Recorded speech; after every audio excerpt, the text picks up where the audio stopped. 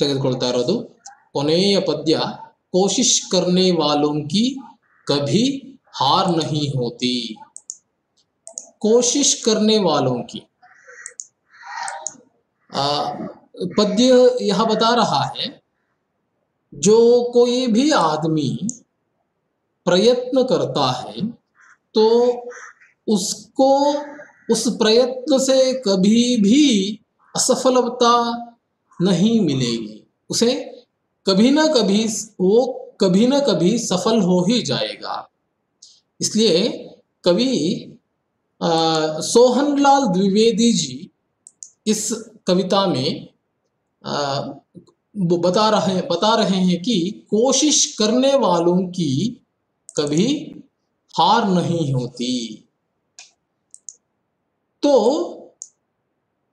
सोहनलाल द्विवेदी जी का बारे में कुछ पढ़ते हैं। वो कौन थे, क्या करते थे, क्या क्या किए हैं साहित्य क्षेत्र के लिए, उनका कुछ परिचय अब हम पहले लेंगे।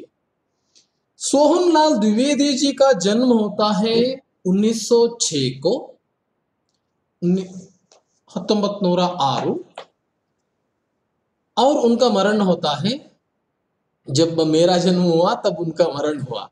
वो मेरा जन्म ईस्वी है कितना 88 1988 ಅವರು ಮರಣವನ್ನ ಹೊಂದಿದ್ದಾರೆ। 1906 ಅವರ जन्म आयतु। सोहनलाल द्विवेदी जी हिंदी के प्रसिद्ध कवि हैं। वे हिंदी के अत्यंत प्रसिद्ध कवि हैं। पता चल जाएगा आपको उनके ये जो पद्य है उन्हें पढ़कर आप लोगों को उसका पता चल ही जाएगा, क्योंकि बहुत ही सुंदरता से उस कविता को वो उन्होंने लिखे हैं। तो उन 23 फरवरी 23 ಫೆಬ್ರವರಿ 1906 ಇವರ ಜನ್ಮ ಆಗಿರುವಂತದ್ದು। कहाँ पर हुआ इनका जन्म? बनारस हिंदू लगभग उत्तर प्रदेश में इनका जन्म हुआ है। तो आपने बनारस हिंदू विश्वविद्यालय से MA LLB की डिग्री ली।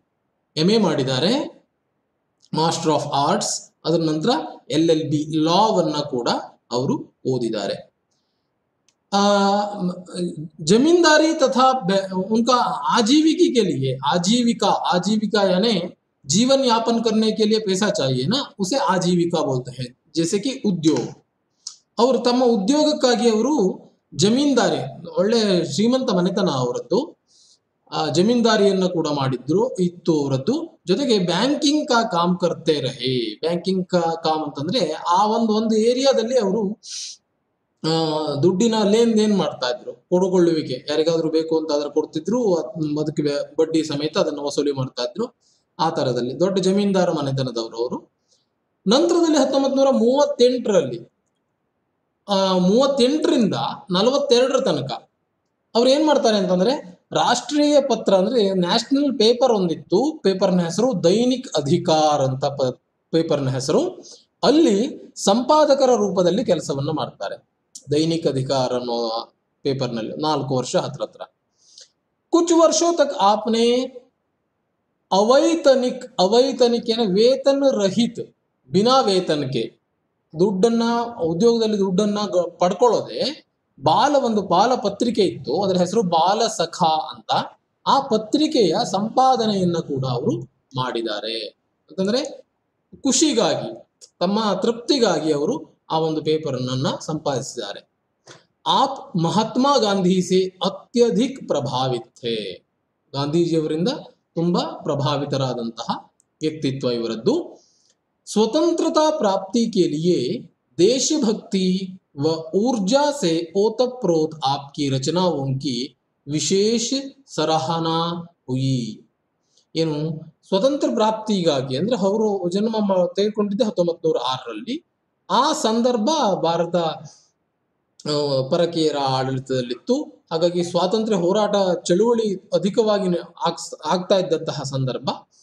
ಆ ಸಂದರ್ಭದಲ್ಲಿ ಬಹಳಷ್ಟು ದೇಶಭಕ್ತಿಯ ಕುರಿತಂತೆ ಅವರು ತಮ್ಮ ಪತ್ರಿಕೆಗಳಲ್ಲಾಗ್ಲಿ ಅಥವಾ ಕವಿತೆಗಳ ಮೂಲಕವಾಗ್ಲಿ ಅನೇಕ ರಚನೆಗಳನ್ನ ಮಾಡಿದ್ದಾರೆ. ಅದರಿಂದ ವಿಶೇಷ ಸರಹನಾ ಹುಯಿ ಹೇ ಅಂದ್ರೆ ಅದು ತುಂಬಾ ಮೆಚ್ಚಿದ್ದಾರೆ ಎಲ್ಲರೂ ಅವರ ರಚನೆಗಳನ್ನ.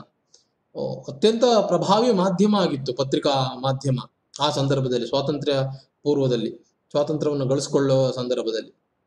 ಯಾಕೆಂದ್ರೆ ಭಾರತ ತುಂಬಾ ವಿಸ್ತೃತವಾದಂತಹ ದೇಶವಾದ್ರಿಂದ ಒಂದು ಕಡೆಯಿಂದ ಮತ್ತೊಂದು ಕಡೆಗೆ ಸುದ್ದಿ ದಾಟೋದು ಪತ್ರಿಕೆನೇ ಆಗಿತ್ತು. ಆಗ ಮುಂಚೆ ಬೇರೆ ಯಾವುದು ಮಾಧ್ಯಮ ಇಲ್ಲ, ಟಿವಿ ಇಲ್ಲ, ಮತ್ತೆ ಯಾವುದೂ ಇಲ್ಲ. ಹಾಗಾಗಿ ಪತ್ರಿಕಾ ಮಾಧ್ಯಮ ತುಂಬಾ ಪ್ರಖರವಾಗಿತ್ತು ಆಗ. ಆಪ್ಕೋ ರಾಷ್ಟ್ರ ಕವಿ ಕೆ ಉಪಾಧಿ ಸೆ ಅಲಂಕೃತ್ ಕಿಯಾ ಗಯಾ, ಇದನ್ನ ಅಂಡರ್ಲೈನ್ ಮಾಡ್ಕೊಳ್ಳಿ. ಇವರನ್ನ ರಾಷ್ಟ್ರ ಕವಿ ಅಂತ ಕೂಡ ಕರೀತಾರೆ. ಸೋಹನ್ ಲಾಲ್ ದ್ವಿವೇದಿ ಜಿ राष्ट्र कवि हैं। तो 88 में इनका 88 में राष्ट्र कवि द्विवेदी जी का देहांत हो जाता है, ಮರಣವನ್ನು ಹೊಂದುತ್ತಾರೆ ಅವರು 1988ರಂದು. आपकी प्रमुख कृतियां हैं जैसे भैरवी, वासवदत्ता, कुणाल, पूजा गीत, विषपान, युगाधार और ಜೈ ಗಾಂಧಿ. ಇದು ಅವರ ಅತ್ಯಂತ ಪ್ರಮುಖವಾದಂತಹ ಕೆಲವಷ್ಟು ಕೃತಿಗಳು, ರಚನೆಗಳು. ಬಾಸುರಿ, ಝರ್ನಾ, ಬಿಗುಲ್, ಬಚ್ಚೋಂ ಕೆ ಬಾಪು, दूध बताशा, बाल भारती, शिशु भारती, नेहरू चाचा, सुजाता, प्रभाती आदि आपका प्रमुख बाल साहित्य है. ಇವರು ಬಾಲ ಸಾಹಿತ್ಯವನ್ನು ಕೂಡ, ಮಕ್ಕಳಿಗಾಗಿ ಸಾಹಿತ್ಯವನ್ನು ಕೂಡ ರಚನೆ ಮಾಡಿದ್ದಾರೆ ಅಂತ ಪೇಪರ್ನ ಮೊದಲೇ ಹೇಳಿದ್ದೆ ನಾನು.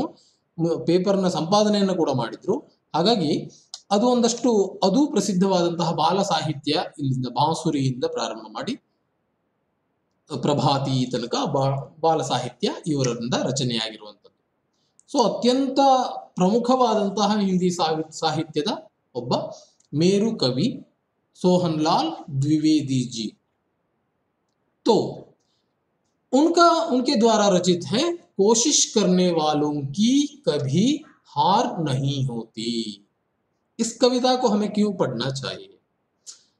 क्योंकि इस कविता में कवि ने यह संदेश दिया है कि सतत प्रयत्नशील व्यक्ति की निश्चित रूप से जीत होती है. सतत प्रयत्नशील व्यक्ति, ಪ್ರಯತ್ನಶೀಲತೆ ಅಂತಂದ್ರೆ ಅದು ಕಂಟಿನ್ಯೂಸ್ಲಿ ಇರಬೇಕು, ಅದು ಮಾಡ್ತಾನೆ ಇರಬೇಕು ಪ್ರಯತ್ನವನ್ನ. ಅವನಿಗೆ, ಆ ವ್ಯಕ್ತಿಗೆ ನಿಶ್ಚಿತವಾದಂತಹ ಗೆಲುವು ಅನ್ನುವಂಥದ್ದು ಇದೆ. ಅದನ್ನ ಸಾರಬೇಕು, ಅದನ್ನೇ ಹೇಳಬೇಕು ಅನ್ನೋದನ್ನ ಒಂದಷ್ಟು ಉದಾಹರಣೆಗಳ ಮೂಲಕ ಇವರು ಹೇಳ್ತಾ ಹೋಗ್ತಾರೆ. ಸಮಸ್ಯಾओं से मुंह न मोड़कर आगे बढ़ना चाहिए. ಸಮಸ್ಯಾओं से मुंह मोड़ना, ಏನೋ ತೊಂದರೆ ಬಂದಿದೆ ಅಂತ ಅಂದ್ರೆ ಆ ತೊಂದರೆಯನ್ನ ತಪ್ಪಿಸಿಕೊಂಡು ಹೋಗೋದಲ್ಲ, ತೊಂದರೆಯನ್ನ ಎದುರಿಸಿ ಗೆದ್ದು ಸಾಗುವಂಥದ್ದು. ಮೂಹು ಮೋಡ್ಕರ್ ಹಾಗೆ ಬಡ್ನಾ ಚಾಹಿಯೆ, ಅದನ್ನ ಸರಿಸಿ, ಬದಿ ಸರಿಸಿ ನಾವು ನಮ್ಮ ದಾರಿಯಲ್ಲಿ ಸಾಗಬೇಕು ಅನ್ನೋದು ನಿಮಗೆ ಒಂದು ಹಿತೋಪದೇಶದ ರೀತಿಯಲ್ಲಿ ಇರುವಂಥದ್ದು ಈ ಪದ್ಯ. ನೋಡೋಣ, ನಾನೊಮ್ಮೆ ಓದ್ತೇನೆ, ಸರಿಯಾಗಿ ಕೇಳಿಸ್ಕೊಳ್ಳಿ. लहरों से डरकर नौका पार नहीं होती, कोशिश करने वालों की कभी हार नहीं होती. लहरों से डरकर नौका पार नहीं होती, कोशिश करने वालों की कभी हार नहीं होती. नन्ही चींटी जब दाना लेकर चलती है, चढ़ती दीवारों पर 100 बार फिसलती है. मन का विश्वास रगों में साहस भरता है, चढ़कर गिरना, गिरकर चढ़ना न अखरता है. आखिर उसकी मेहनत बेकार नहीं होती, कोशिश करने वालों की कभी हार नहीं होती. डुबकियां सिंधु में गोताखोर लगाता है, जा जाकर खाली हाथ लौट कर आता है. मिलते नहीं सहज ही मोती गहरे पानी में, बढ़ता दुगना उत्साह इसी हैरानी में. मुट्ठी उसकी खाली हर बार नहीं होती, कोशिश करने वालों की कभी हार नहीं होती। असफलता एक चुनौती है, इसे स्वीकार करो। क्या कमी रह गई देखो और सुधार करो। जब तक न सफल हो नींद चैन को त्यागो तुम। संघर्ष का मैदान छोड़कर मत भागो तुम। कुछ किए बिना ही जय जयकार नहीं होती। कोशिश करने वालों की कभी हार नहीं होती। ಈ ಲಾಸ್ಟ್ ಪ್ಯಾರಾ ಏನಿದೆ ಇದು ನಿಮಗೆ ತುಂಬಾ ಇಂಪಾರ್ಟೆಂಟ್ ಆದಂತಹ ಪ್ಯಾರಾ. ಇದನ್ನು ಗಟ್ಟು ಹಾಕಲೇಬೇಕು ನೀವು ಈ ಪ್ಯಾರವನ್ನ. ಇದು ನಿಮಗೆ ಪರೀಕ್ಷೆಯಲ್ಲಿ ಕೇಳ್ತಾರೆ. ಹಾಗಾಗಿ ಆ ಕೊನೆಯ ಪ್ಯಾರಾ ಏನಿದೆ ಅದನ್ನು ಇನ್ನೊಂದ್ಸಲ ನೋಡಿ. असफलता एक चुनौती है, इसे स्वीकार करो। क्या कमी रह गई देखो और सुधार करो। जब तक न सफल हो नींद चैन को त्यागो तुम। संघर्ष का मैदान छोड़कर मत भागो तुम। कुछ किए बिना ही जय जयकार नहीं होती। कोशिश करने वालों की कभी हार नहीं होती. ಈ ಪ್ಯಾರಾ ನೀವು ಗಟ್ಟು ಹಾಕಲೇಬೇಕು. ಇದನ್ನ ನಾವು ಹೋದ ವರ್ಷ ಬಹುತೇಕ ಶೋಭಾ ಮಾತಾಜಿಯವರು ಒಂದು ಒಳ್ಳೆ ರಾಗದಲ್ಲಿ ರಾಗಬದ್ಧವಾಗಿ ಹಾಡು ತೋರಿಸಿದ್ದಾರೆ. ನಿಮ್ಮ ಕ್ಲಾಸ್ನ ಮಕ್ಕಳಲ್ಲಿ ಯಾರಾದ್ರೂ ಒಬ್ರು ಇಬ್ರು ಆ ಟೀಮ್ ನಲ್ಲಿ ಇದ್ರೇನೋ ಅಂತ ಅನ್ಕೊಳ್ತೇನೆ, ನನ್ಗೆ ಸರಿಯಾಗಿ ನೆನಪಿಲ್ಲ. ಲಹರೋ ಸೆ ಡರ್ ಕರ್ ನೌಕಾ ಪಾರ್ ನಹಿ ಹೋತಿ ಅಂತಾನೆ ಏನೋ ಒಂದು ಸ್ವಲ್ಪ ಚೆನ್ನಾಗಿರೋ ಟ್ಯೂನ್ ಅನ್ನ ಹಾಕಿದ್ದಾರೆ. ಆ ಟ್ಯೂನ್ ಏನಾದ್ರು ಸಿಕ್ತು ಅಂತಾದ್ರೆ ದಯವಿಟ್ಟು ಹಾಗೆ ಅಭ್ಯಾಸ ಮಾಡ್ಲಿಕ್ಕೆ ಕೊಡ್ಲಿಲ್ಲ. ಈ ಪದ್ಯ ತುಂಬಾ ಸೊಗಸಾಗಿದೆ. ಪೂರ್ಣ ಪದ್ಯ ನೀವು ಗಟ್ಟಾಕಿಟ್ಕೊಂಡ್ರು ಕೂಡ ನಿಮ್ಗೆ ಯಾವ್ಯಾವಾಗೋ ಅದು ನೆನಪಿಗೆ ಬಂದ್ರು ಅದರಿಂದ ಕೆಲವಷ್ಟು ಪ್ರಯೋಜನ ನಮಗ್ ಸಿಗುತ್ತೆ. ಯಾಕೆಂದ್ರೆ ಎಲ್ಲವೂ ಈಗ ನಾವು ಓದಿದ್ದು ನಮ್ಗೆ ಈಗೇ ಪ್ರಯೋಜನಕ್ಕೆ ಸಿಗುತ್ತೆ ಅಂತಲ್ಲ. ನಾವು ಕಲಿಯುವಂಥದ್ದು ಏನಿದೆ ಜೀವನದ ಯಾವುದೋ ಒಂದು ಭಾಗದಲ್ಲಿ ಪ್ರಯೋಜನಕ್ಕೆ ಸಿಗ್ಬೋದು. ಈಗ ನಾವು ತಿಳ್ಕೊಳ್ತಾ ಇರುವಂತಹ ಮೌಲ್ಯ ಏನಿದೆ, ತತ್ವಗಳೇನಿದೆ, ಅವೆಲ್ಲ ಈ ತತ್ಕ್ಷಣದಲ್ಲಿ ನಮಗೆ ಪ್ರಯೋಜನಕ್ಕೆ ಬರೋದಿಲ್ಲ. ಪ್ರಯೋಜನಕ್ಕೆ ಜೀವನದಲ್ಲಿ ಯಾವುದೋ ಒಂದು ಘಟ್ಟದಲ್ಲಿ ಯಾವುದೋ ಒಂದು ಭಾಗದಲ್ಲಿ ಸಿಗ್ಬೋದು. ಹಾಗಾಗಿ ಕಲಿಯುವಿಕೆಯ ಸಂದರ್ಭದಲ್ಲಿ ಉಚಿತವಾದಂಥದ್ದನ್ನ ಎಲ್ಲವನ್ನೂ ಕಲ್ತ್ಕೊಂಡು ಬಿಡ್ಬೇಕು. ಅದನ್ನ ಈ ಪದ್ಯವನ್ನ ನೀವು ಎಷ್ಟು ಸಾಧ್ಯವೋ ಅಷ್ಟು ನೀವು ಗಟ್ಟು ಹಾಕೊಳ್ಳೋದು ತುಂಬಾ ಒಳ್ಳೇದು. ಸರಿ, ಓಕೆ. ಏನ್ ಹೇಳ್ತಾ ಇದ್ದಾರೆ ಸೋಹನ್ ಲಾಲ್ ದ್ವಿವೇದಿ ಅವರು? लहरों से लहर यानी क्या है? समुंदर के जो वहां पर आपको चित्र भी दिखा रहे हैं, जो अले ಅಂತ ನಾವು ಕನ್ನಡದಲ್ಲಿ ಏನು ಹೇಳ್ತೇವೆ ವಹ ಲಹರ್ ಹೇ.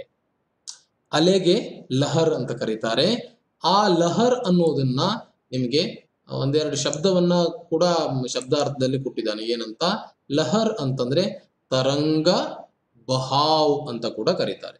ಬಹಾವ್ ಅಂತಂದ್ರೆ ನೀರಿನ ಏನು ಉಕ್ಕಿ ಬರುವಂಥದ್ದು ಬಹಾವ್. ತರಂಗ ಅಂತಂದ್ರೆ ತೇಲುವಿಕೆ, ಒಂಥರ ಗಾಳಿಯಲ್ಲಿ ಇದಾಗುವಂಥದ್ದು.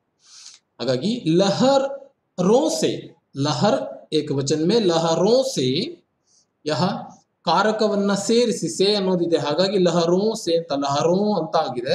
ಇಲ್ಲಿ ಲಹರ್ ಲಹರೇ ಅಂತಿಲ್ಲ. ಲಹರ್ ಅನ್ನೋ ಶಬ್ದಕ್ಕೆ ಲಹರೋ ಸೆ ಕ್ಯಾ ನಹಿ ಹೋತಾ ಡರ್ ಕರ್, ಹೆದರಿ, ಅಲೆಗಳಿಂದ ಹೆದರಿ, ನೌಕಾ ಏನು ದೋಣಿ ಏನಿದೆ ಅಥವಾ ಬೋಟ್ ಏನಿದೆ, ಪಾರ್ ನಹಿ ಹೋತಿ ಅದು ಹೆದರ್ಕೊಂಡು ಏನು ದೋಣಿ ಅನ್ನೋದು ಹೆದರದೆ, ದೊಡ್ಡ ದೊಡ್ಡ ಅಲೆಗಳು ಬರ್ತಾವೆ ಸಮುದ್ರದಲ್ಲಿ. ದೋಣಿಯನ್ನ ಹಾಕುವ ಒಂದು ಸಂದರ್ಭವನ್ನ ನೋಡಿ. ಎಲ್ಲಾದ್ರೂ ಸಮುದ್ರದ ಅಂಚಿನಲ್ಲಿ ನಿಂತು ಆ ದೋಣಿಯನ್ನ ಸಮುದ್ರಕ್ಕೆ ಬಿಡುವಾಗ, ಯಾಕೆಂದ್ರೆ ಆ ಸಂದರ್ಭ ಹೇಗಿರುತ್ತೆ ಅಂತಂದ್ರೆ ಆ ಕಡೆಯಿಂದ ಗಾಳಿ ಬರುತ್ತಾ ಇರುತ್ತೆ. ದೊಡ್ಡ ದೊಡ್ಡ ಅಲೆಗಳು ಬಂದು ತೀರಕ್ಕೆ ಅಪ್ಪಳಿಸ್ತಾ ಇರ್ತವೆ. ದೋಣಿ ತೀರದಿಂದ ಆ ಸಮುದ್ರದ ಮಧ್ಯಭಾಗಕ್ಕೆ ಹೋಗುವಾಗ ತುಂಬಾ ಸಂಘರ್ಷ ಪಟ್ಕೊಂಡು ಹೋಗುತ್ತೆ. ಅದಲ್ಲಿ ಸುಲಭಕ್ಕೆ ಒಮ್ಮಿಂದೊಮ್ಮೆಲೆ ಕಳಿಸೋದಿಲ್ಲ. ಯಾಕೆಂದ್ರೆ ಅಲೆಗಳು ಬಂದು ಮತ್ತೆ ದೋಣಿಯನ್ನು ಹಿಂದೂಕ್ಬಿಡುತ್ತೆ. ಹಾಗಾಗಿ ಆ ಹಿಂದೂಕುವಿಕೆ ಕ್ರಿಯೆ ನಿಮ್ಗೆ ಪ್ರತಿಯೊಂದು ಜೀವನದಲ್ಲೂ ಸಿಗುತ್ತೆ. ಒಮ್ಮೆ ನಿಮ್ಮನ್ನ ಹಿಂದೆ ಜಗ್ಗುವಂತಹ ಪ್ರಯತ್ನವನ್ನ ಬಹಳಷ್ಟು ಜನ ಮಾಡ್ತಾನೆ ಇರ್ತಾರೆ. ಆದ್ರೆ ನಾವು ಅವರು ಪ್ರಯತ್ನ ಮಾಡ್ತಾ ಇದ್ದಾರೆ ಅಂತ ವಾಪಸ್ ಬಂದು ನಿಂತ್ಕೊಂಡು ತಮ್ಮ ಮುಂಚಿನ ಜಾಗಕ್ಕೆ ಬಂದು ನಿಂತು ಬಿಟ್ರೆ ನಿಮ್ಮ ಹತ್ರ ಈಜ್ಲಿಕ್ಕೆ ಆಗೋದಿಲ್ಲ. ದೋಣಿಗೂ ಹಾಗೆ ಆ ಜಾಗವನ್ನ ಆಕ್ರಮಿಸಿ, ಆ ಜಾಗವನ್ನ ಕ್ರಮಿಸಿಕೊಂಡು ದಾಟಿ ಅದು ಮುಂದೆ ಹೋದ್ಮೇಲೆ ಅದು ಆರಾಮಾಗಿ ಹೋಗುತ್ತೆ ಒಂದು ಲೆವೆಲ್ ಅಲ್ಲಿ. ಆ ಜಾಗ ಏನಿದೆ ಅದು ಅಷ್ಟೇ ಸಂಘರ್ಷಮಯವಾದಂತಹ ಜಾಗ. ಆ ಅಲೆಗಳನ್ನ ಹಿಮ್ಮೆಟ್ಟಿಸಿ ಅದನ್ನ ಸೀಳಿ ಮುಂದೆ ಸಾಗುವಂಥದ್ದು. ಅದಕ್ಕೆ 4-6 ಜನ ದೋಣಿಯನ್ನ ಇಳಿಸುವಾಗ ಪ್ರಯತ್ನ ಪೂರ್ವಕವಾಗಿ ಎಳ್ಕೊಂಡು ಹೋಗ್ತಾರೆ, ಅದನ್ನ ದೂಕಿ ಕಳಿಸ್ತಾರೆ ಅಲ್ಲಿಂದ ದಾಟ್ ಹೋಗುವಾಗ. ನೋಡಿ, ಈಗೆಲ್ಲ ಮಷಿನರಿ ಬೋಟ್ಗಳು ಬಂದಿವೆ. ಆ ಮಷಿನ್ ಬೋಟ್ಗಳು ಆಟೋಮೆಟಿಕ್ಲಿ ಮಷಿನ್ನಾರು ಕೆಲಸ ಮಾಡುತ್ತೆ, ಸ್ವಲ್ಪ ಜಾಸ್ತಿ ಪವರ್ನಲ್ಲಿ ದಾಟ್ಕೊಂಡು ಹೋಗುತ್ತೆ. ಆದ್ರೆ ಮುಂಚಿನ ಕಲ್ಪನೆಯಲ್ಲಿ ಸಮುದ್ರಕ್ಕೆ ಇಳಿಯುವಾಗ ದೋಣಿಗಳಲ್ಲಿ ನಾವಿಕರು 4-6 ಜನ ಪ್ರಯತ್ನ ಪೂರ್ವಕವಾಗಿ ಅದನ್ನ ಸಮುದ್ರದ ಮಧ್ಯಕ್ಕೆ ಕಳಿಸ್ತಾ ಇದ್ರು. ಅದು ದೋಣಿ ಅನ್ನುವಂಥದ್ದು ಏನಿದೆ ಅದು ಹೆದರ್ಕೊಂಡು ದಾಟ್ಕೊಂಡು ಹೋಗೋದಲ್ಲ, ಅದು ಹಿಮ್ಮೆಟ್ಟಿಸಿ ಅದನ್ನ ಎದುರಿಸಿ ದಾಟ್ಕೊಂಡು ಹೋಗುವಂಥದ್ದು. ಅದಕ್ಕಾಗಿ ಹೇಳ್ತಾ ಇದ್ದಾನೆ, ಕೋಶಿಶ್ ಕರ್ನೆ ವಾಲೋಂ ಕಿ ಕಭಿ ಹಾರ್ ನಹಿ ಹೋತಿ. ಯಾರು ಪ್ರಯತ್ನವನ್ನ ಪಡ್ತಾರೋ, ಯಾರು ಅತ್ಯಂತ ಕೆಲಸದಲ್ಲಿ ಮಗ್ನರಾಗಿ ಕೆಲಸವನ್ನ ಮಾಡ್ತಾರೋ, ಅದಕ್ಕೆ ಅದರಲ್ಲಿ ತೊಡಕೊಂಡು ಮಾಡ್ತಾರೋ, ಒಂದು ಸಲ ನನಗೆ ಸೋಲಾಯ್ತು ಅಂತಂದ್ರೆ ಕೈ ತಪ್ಪಿಸ್ಕೊಳ್ಳದೆ ಹಾಗೆ ಮಾಡ್ತಾರೋ, ಮತ್ತೆ ಮಾಡ್ತಾರೋ, ಅವರಿಗೆ ಎಂದೂ ಕೂಡ ಸೋಲು ಅನ್ನೋದು 100% ಯಾವಾಗೂ ಸೋಲೇ ಅನ್ನೋದು ಇರೋದಿಲ್ಲ. ಒಮ್ಮೆ ಒಂದೆಲ್ಲ ಒಂದು ಸಂದರ್ಭದಲ್ಲಿ ಅವನು ಗೆದ್ದೇ ಗೆಲ್ತಾನೆ. ಪ್ರಯತ್ನ ಬೇಕು ಪ್ರತಿಯೊಂದು ಕಾರ್ಯಕ್ಕೂ. ನಾನು ಯಾವಾಗ್ಲೂ ಹೇಳ್ತೇನೆ, ನಿಮ್ ಕ್ಲಾಸಲ್ಲೂ ಬಹುತೇಕ ಹೇಳಿದ್ದೇನೆ, ಪ್ರತಿ ಕೆಲಸಕ್ಕೂ ಬೇಕು ಪ್ರಯತ್ನ. ಬೆಳಗಿನಿಂದ ಶುರು ಮಾಡಿ ನಮ್ಮ ದೈನಿಕ ಕೆಲಸಗಳಲ್ಲೂ ಪ್ರಯತ್ನ ಬೇಕು. ಪ್ರಯತ್ನ ಇಲ್ಲದಿದ್ರೆ ಸಾಧ್ಯವೇ ಇಲ್ಲ. ಪ್ರಯತ್ನ ಇದ್ದರೆ ಅಲ್ಲೊಂದು ಯಶಸ್ಸು ಅನ್ನುವಂಥದ್ದು ಉಳಿಯುತ್ತೆ. ಹಾಗಾಗಿ ಲಹರೋं से डरकर नौका पार नहीं होती, कोशिश करने वालों की कभी हार नहीं होती. ಅದಕ್ಕೆ ಒಂದೆರಡು ನಿದರ್ಶನಗಳನ್ನು ಕೊಡ್ತಾನೆ, ಒಂದೆರಡು ಉದಾಹರಣೆಗಳನ್ನು ಕೊಡ್ತಾನೆ. ಏನಂತ?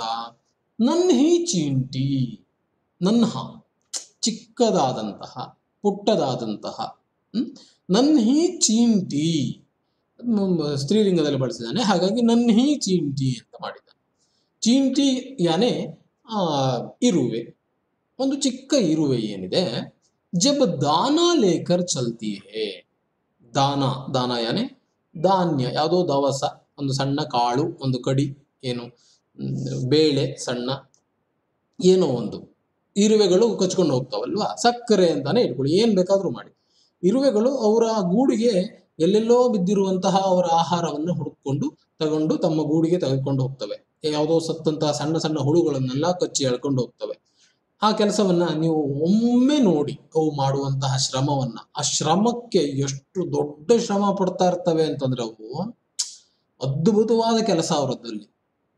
ಅವು ಹಾಗೆ, ಜೇನು ಹಾಗೆ. ಒಂದು ಹನಿ ಜೇನನ್ನ ತೆಗೆದುಕೊಂಡು ಬಂದು ತನ್ನ ಗೂಡಿನಲ್ಲಿ ರೊಟ್ಟಿನಲ್ಲಿ ತುಂಬಬೇಕು ಅಂತಂದ್ರೆ ಇಡೀ ದಿವಸ ಕೆಲಸ ಮಾಡುತ್ತೆ ಒಂದು ಜೇನು ಹುಳ, ಇಡೀ ದಿವಸ ಕೆಲಸ ಮಾಡುತ್ತೆ.